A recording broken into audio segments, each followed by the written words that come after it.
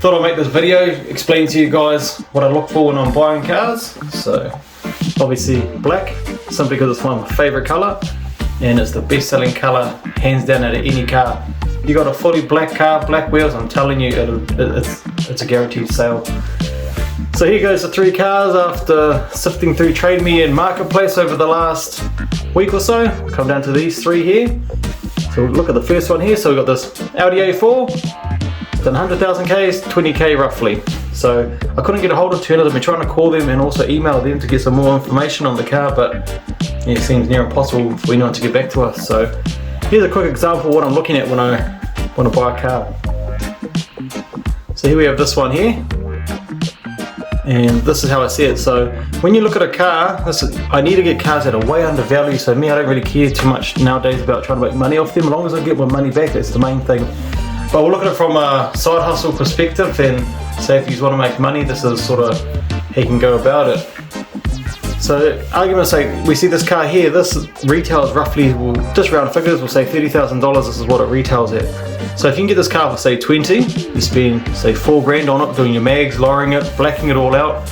One good thing about the Audis too, they need next to nothing to do, so you know, you just do all the tints on it, black your trims out, tint your lights all around if you want to, put a mesh grille in there, and that's it for an Audi. So that's why I like these Audis, they're so simple but yet so effective for such great value for money. And see, as for the wheels, you probably get close to $1,000 for them, so this takes the asking price down to 19 grand for your base car.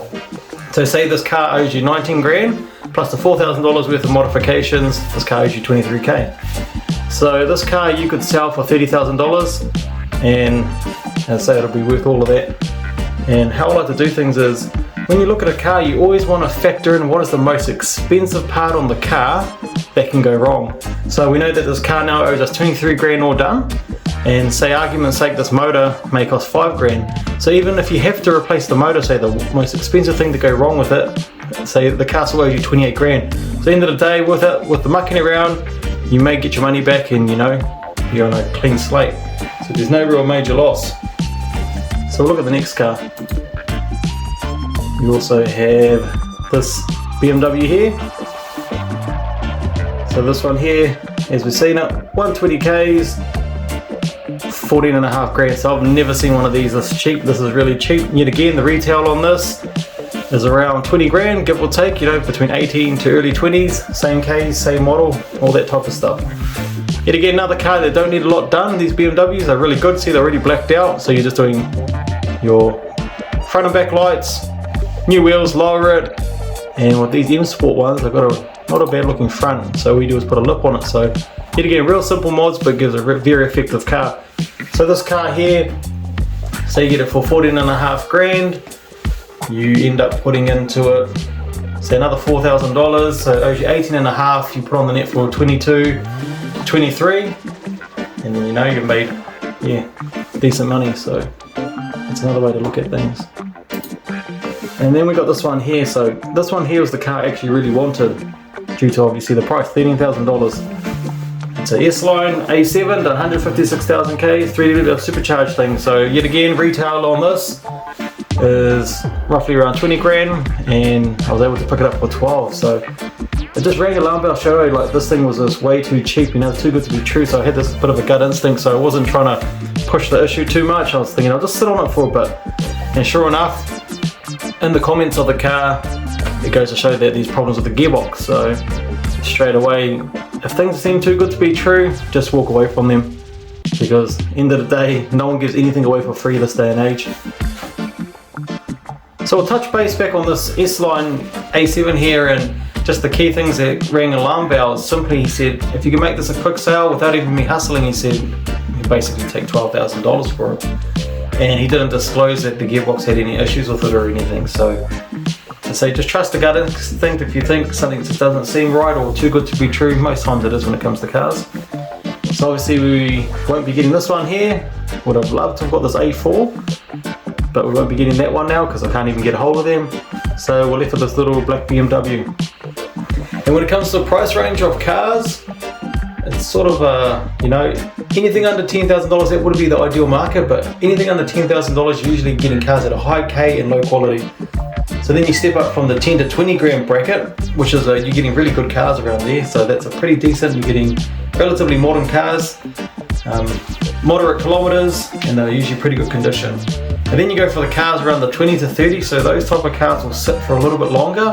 It's a bit of a niche market, that type of price range, and basically 30 to 100k, you know, cars like that just basically sit forever. Unless you've got something really unique, and it has to be a bargain of a price to the person you're selling it to as well. So it's a real quick flippers, you know, 10,000 and under are pretty good, but you can't really afford to put a lot of modifications into it.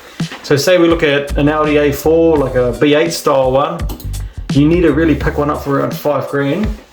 So then you can get some second-hand $1,000 wheels, $500 to lower it, owes you 6.5 grand, black it out, a few tints and all that bit. So that owes you 7.5, and then you're coming up 2.5 grand profit. And even at 2.5 grand profit, there's a lot of risk in it. You know, you're dealing with an older car, higher Ks usually, and is it, to me, I think to myself, is it really worth, you know, giving yourself a bad name by selling a car just to make that little 2.5 grand? So, and as I was mentioning earlier, with that car that, you know, you're making 2.5 grand profit, if you need a motor in that, so that could be 3 grand on one of those old B8s, and there you go, you've already lost money on it. So yeah, it's a bit of a hard on the old 10 grand marks sort of stuff, but yeah, so I think we'll get a hold of this BMW and see what we can come up to, so see what price we can get it at.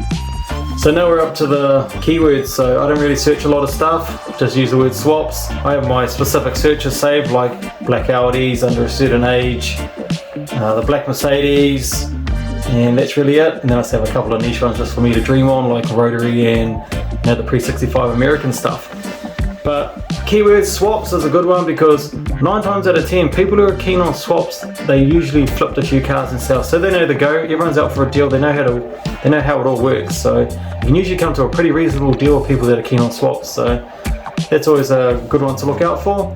Another car that is basically another thing that's guaranteed to sell are Rangers. Black Rangers, they just sell like you wouldn't believe. It doesn't matter if they've got 500,000 Ks on the clock. If it's a Black Ranger, it's obviously the most popular car in New Zealand, isn't it?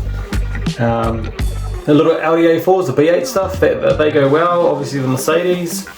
What else is there that sells rotaries? So yet again, they're not really, it doesn't matter the price. You can, if it's worth 20 grand, 100 grand, that is probably one car, even over American cars, that will sell. Rotaries just sell, but it's hard to get into their market. So you're actually not really going to make much. You're just going to buy something for what it's worth and sell it for what it's worth, but they sell so quick, rotaries. And what else is there? Yeah, so any utes are really good to sell. What else we got? Trying to think. Flat deck utes, so that's another one. So that's if you've got like a really low budget, say if you've got say 3,000 or so, I'll be straight aiming for a ute. So flat deck utes are pretty good. You might be able to pick it up for 3 grand, chuck a couple rattle cans at it, give it a good clean up, and you might be able to sell it for 6k. So that's 100% profit. So that's pretty rare to get on any type of car. But those are probably the only cars I'll deal with if I was going to flip a car that's, you know, around 5 grand. Haven't really dabbled in like Suzuki Swifts and stuff like that. Yet again, a niche market. I don't think it's a really broad market, and I like to make my stuff look cool. So by the time you spend wheels, lowering, you're going to double the price of what the car's worth. So as a flat deck ute though, you need to do nothing. Just clean it up and throw it on the market. It's about 5 o'clock in the morning. About to shoot down to Wellington. Gonna fly out from the Hamilton airport. So we got the guy down to $14,000 for his BMW. So we're gonna go and check it out.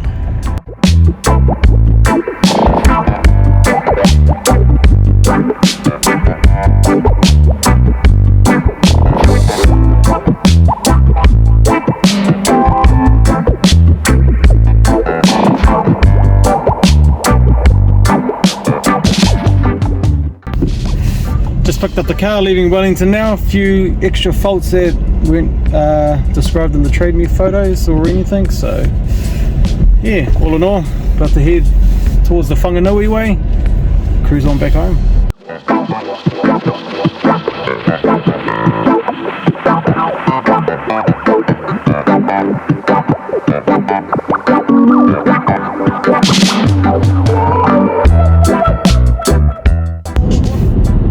So cruising at the moment, car's going pretty good. So comparing this to the last 320D, 320D definitely had a lot more torque down low, a bit more pull, but yeah, this one goes pretty hard for what it is.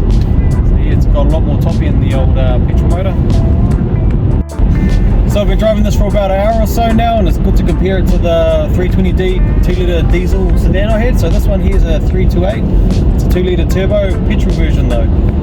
So straight off the bat, the diesel definitely is a lot more nicer to drive around town. It's got a lot more grunt down low, but this will obviously in the end go harder than the diesel up top. Secondly, it's quite surprising. So this car here has stock standard suspension. It's got the 19-inch wheels with the big balloon tyres on it.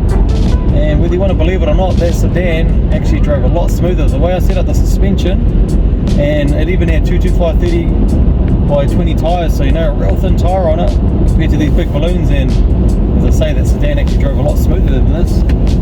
So it's all on the suspension, I reckon. Like, people have the low profile tyres and they think the car goes really rough and stuff, but you can sort of counterbalance that by setting up the suspension properly. And that sedan was probably, I don't know, it was pretty low. Like, you couldn't really get your foot under the front lip of the car.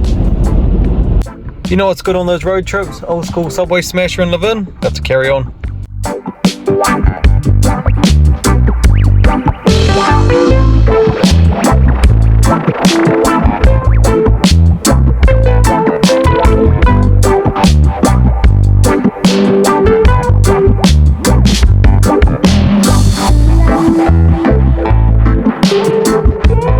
Made it home, car went well. So we've used about half a tank of gas. That's not too bad from Wellington back home. It's about 6.5 hours straight driving.